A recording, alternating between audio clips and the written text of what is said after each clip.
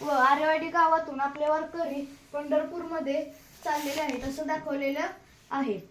वारीमध्ये चालणे म्हणजे फक्त चालणेच नाही, तर वारीमध्ये चालणे म्हणजे विठ्ठलाची मनभावे प्रार्थना करत चालणे होय. आपण खूप म्हणतो वारीला जायचे, वारीला जायचे. वारीला जायचं म्हणजे काय?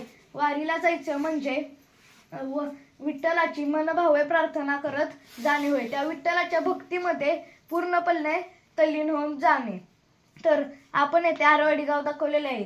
तेथून आपले वारकरी आरेवाडी ते पंढरपूर पायदिंडी सोहळा पार करत आहेत.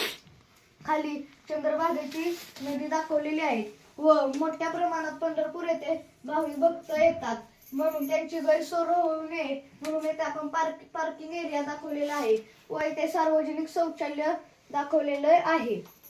तर येथे आपण चंद्रभागेची नदी दाखवलेली आहे. तर आपण